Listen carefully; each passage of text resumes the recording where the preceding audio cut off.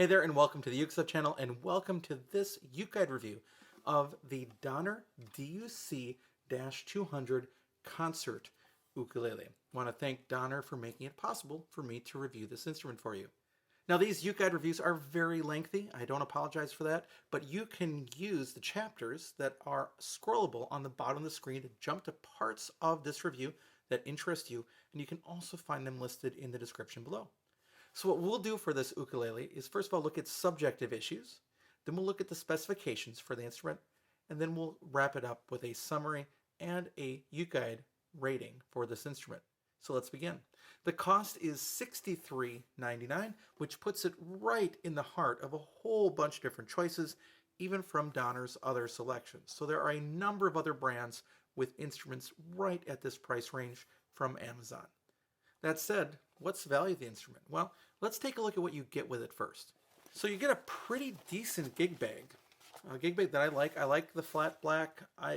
With a gig bag, I don't need anything really fancy, and black is nice because it hides some dirt. I like that. And you get a single shoulder strap. You get kind of a different hook on the bottom. No kind of padding, but it does open up rather nicely, whereas some of these bags don't open up the whole way. Padding is pretty decent, at least 10 millimeters, which is nice.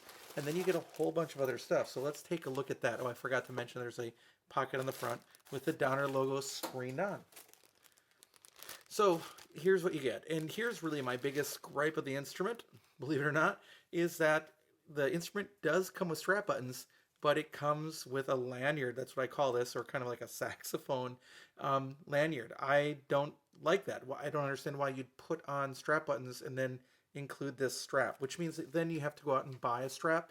You can get, for example, a flight strap without waiting from China. I know you can order like from AliExpress and get one for $3, but then you might be waiting 2 months for it.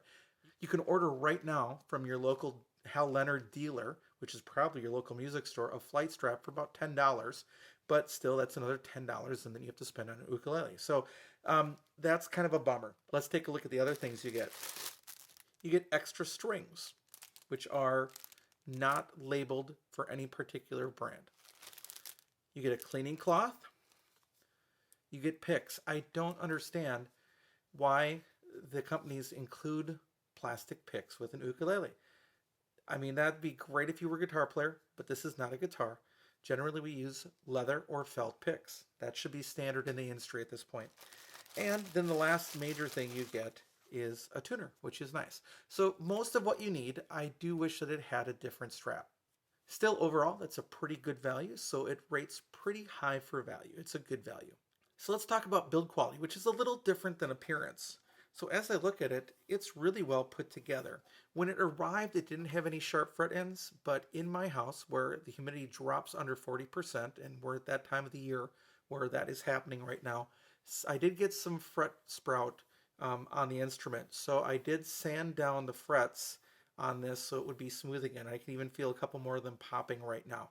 That's not a problem with the instrument. It's a problem with the humidity in my house. And just a reminder to you that if you have a laminate instrument, it too can suffer from a lack of humidity because your fretboard is still solid wood.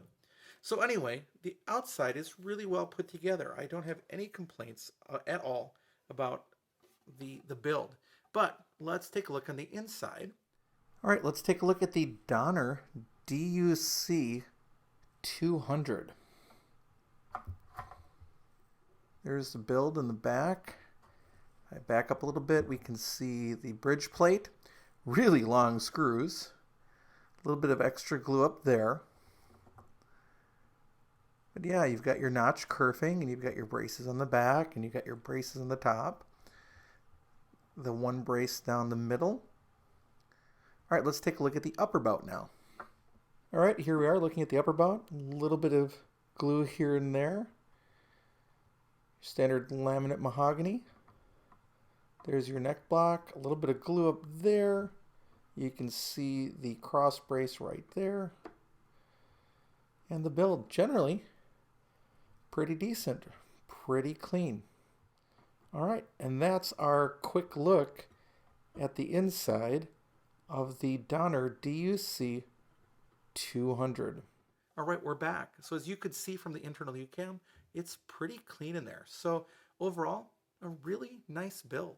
Now let's talk about the issue of appearance, and this is highly subjective.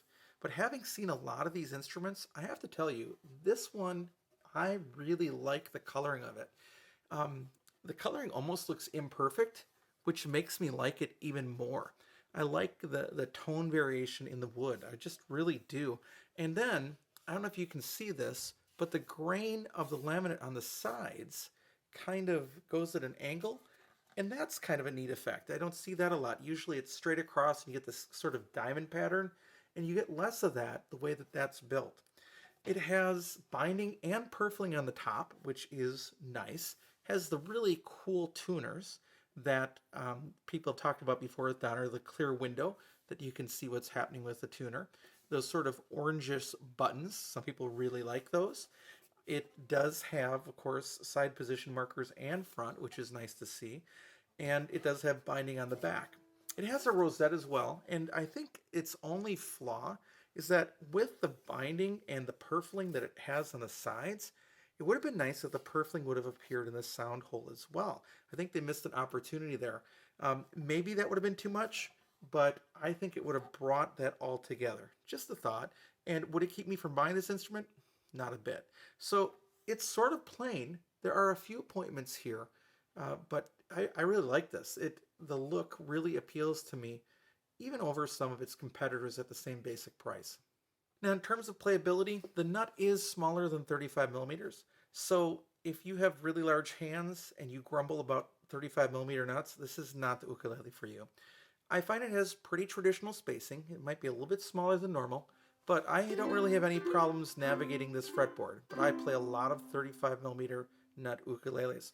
It does have your standard C-shape import neck, and so that's pretty much all to keep in mind. The setup is really good here. It was really nice. We'll talk about the measurements when we get to specifications, but the way that it was delivered would be about ideal that I could ever want on an instrument. Nice, low, comfortable action. In terms of sound quality, I think it actually sounds really nice. It has a warmer sound. It has some sustain, as most ukuleles do, but probably a little bit better than average. It's not out of the park. It lacks some sparkle on the high end, and of course, if you've watched this channel, you'll know that I've talked about the fact that I like sparkly sounding ukuleles. I really do. But it's not dead either, and I think that a change of strings to my favorite Martin fluorocarbons or any clear fluorocarbon of the sort would bring out more headroom on the instrument basically. But even as it is, the strings that are on it work okay. They work okay.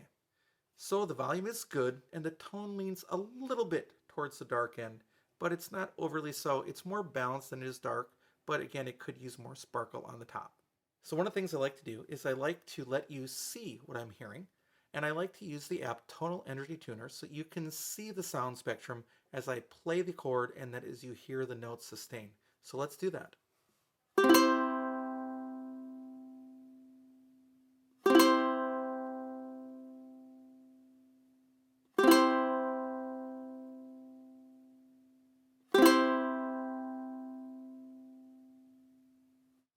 So you can see that the sustain is there, but it really is present on the low end of the instrument. And again, I do wonder if a string change would make that even more balanced. All right, now that we've talked about the subjective issues of the instrument, let's talk about the specifications of the instrument. It is a concert instrument, concert scale instrument. Its scale length from the nut to the saddle is 15 inches. It has 18 frets, 14 to the body, and it does have side marker dots as well as front marker dots in a traditional way. I know that's been a complaint about some of the other Donner instruments in the past. It's a very traditional double bout shape with a laminate mahogany soundboard and a laminate mahogany body. One of my other negatives about the instrument is that the Amazon listing doesn't use the word laminate anywhere. There's nothing to be ashamed of in listing a laminate ukulele. Maybe you should know better, but I can imagine a new buyer, first time, going, oh my goodness, I can get a mahogany ukulele for $64. It's solid. It's not a solid wood instrument, so just be aware of that. The fretboard is rosewood, as is the bridge, and there's a binding, a thin ABS binding on the fretboard. That doesn't seem to help the fret ends, however. If they decide to pop, they pop over the top of it. It doesn't push them out, but it pops over the top. So I did have to, again, sand down sharp fret ends, which is not Donner's fault. It's the fault of this environment where I live. It has a rosewood bridge as well, and it's a tie bar bridge. The fretboard is not radius. Some fretboards have a slight curve to them. This one does not. It's just flat across. The nut and saddle are supposed to be bone, and it is a compensated saddle, which means that the C and E strings actually sit a little further back so they have more space to vibrate because they're thicker strings, so it compensates for the thicker strings. The finish is an open pore satin. I think it looks really nice. This really appeals to me. I love the warmth of that wood. The overall length is 24 inches exactly, and it weighs 1 pound, 0.6 ounces. The tuners are these cool closed-geared tuners with windows.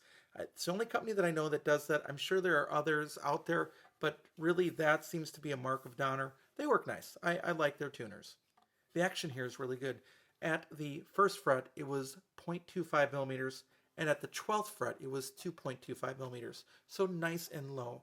And that came right from the factory that way. It came right from Amazon that way. Nobody had a chance to do anything special for me as a reviewer. It just came that way. And the companies are all doing a much better job with sending ukuleles that are better set up these days. The nut width is going to be a negative for some people. It's 34.25 millimeters. It's under 35 millimeters. So that will drive some people with large hands crazy. I measured the distance between strings at the first fret. It's 8.76 millimeters between strings at the first fret. That's getting smaller than usual. And 28.48 G to A, which again is a little smaller than usual. It's not massively smaller, so if you're used to playing on a 35 millimeter nut instrument, it won't bother you. You won't really notice, but just so you know, that's really the case of what's going on here. I also measure the instrument at the third fret for the depth of the neck. It just gives me an idea of how chunky and wide it is. So if you measure from the top of the strings to the bottom of the neck at the third fret, it's 21.51 millimeters, which again is upwards towards the more chunky side of things. So it's that traditional C-shaped neck. And those are the specifications for this instrument. Now let's summarize it. The Donner DUC-200 is Donner's latest entry into the ukulele market. They've been around for a while, and they actually have a pretty decent reputation. Although some people haven't liked some of the other things about the instrument, for example, such as the designs on their other fretboards and things like that. Well, this one tends to be a much more traditionally designed ukulele. So people that didn't like the fretboard of some other model, well, this model would be available for you. And ultimately, I like it. It really does appeal to me. It's a little darker than a lot of its contemporaries, and it has a little more color variation, which I also like too. At the same time, it's nowhere as dark as like my Macala MKCE. That was my first instrument. Those are so dark and so vintage looking. So it doesn't really look vintage. It just, I don't know, looks warmer than many of the other models that are out there in the market. The setup on this instrument was really good, so it's easy to play. It's well built, and it sounds pretty good. It works pretty well with the strings that Donner includes with it, but I am tempted to change the strings to see if that would bring out some of the other characteristics that I like with an ukulele. The only real negative for me with this instrument is the strap that was included, because that adds to the cost of the ukulele, which may put it above the cost of another instrument that includes that strap, and it may be a better buy to buy a different instrument for that reason. Still, if you're looking for a starter ukulele, there's no reason to spend hundreds of dollars. This would be a great ukulele to start off with if you like its looks, and if you don't, there are a number of other really good options too at this same price point. So I rate ukuleles on a scale of 0 to 5 ukuleles. And this is highly subjective, and you could easily add a half or a full ukulele to many of these scores, or take away a half or a full ukulele, and you'd be within my sort of margin of error. So with this one, I really like it. I really do like this one, even more than some of the other $60 ukuleles that I played. And I think that's a lot just because of the looks, even more than the sound. On a side note, I think I'm going to be doing a blind sound test of all these different ukuleles now that I have Donner to review as well, and let my ears and fingers help me without my eyes helping me. But that said, I really like this. So I'm going to give it a 4.0 out of 5. What could bring it to the 4.5? Maybe different strings, and believe it or not, a different strap. I do think that a strap is a useful tool for a beginning player. I think it's a useful tool for an advanced player, quite honestly. Although there are people that say don't ever use a strap, that is not me. I think they help you, especially as you move around with your left hand and you don't feel like you have to hold the ukulele so tightly. With those two things, with the thought that different strings might help, and that a different strap really is needed, especially since you're given strap buttons, that those two things might bring it up to a 4.5 for me. I don't know. We'll have to see. But otherwise, I'm pretty happy with a 4, and that's a pretty solid rating for an instrument. So again, if you're looking for a beginner ukulele, maybe for the holiday season, and you like how this looks, or the person in your life that would like an ukulele likes how this looks, I don't think you can go wrong with this one. Really, it's a nice offering. And it's wonderful to have Donner on the channel here. All right, thanks so much for watching this video. I hope you're having a great day, and I will be back soon with some more Uke stuff for you.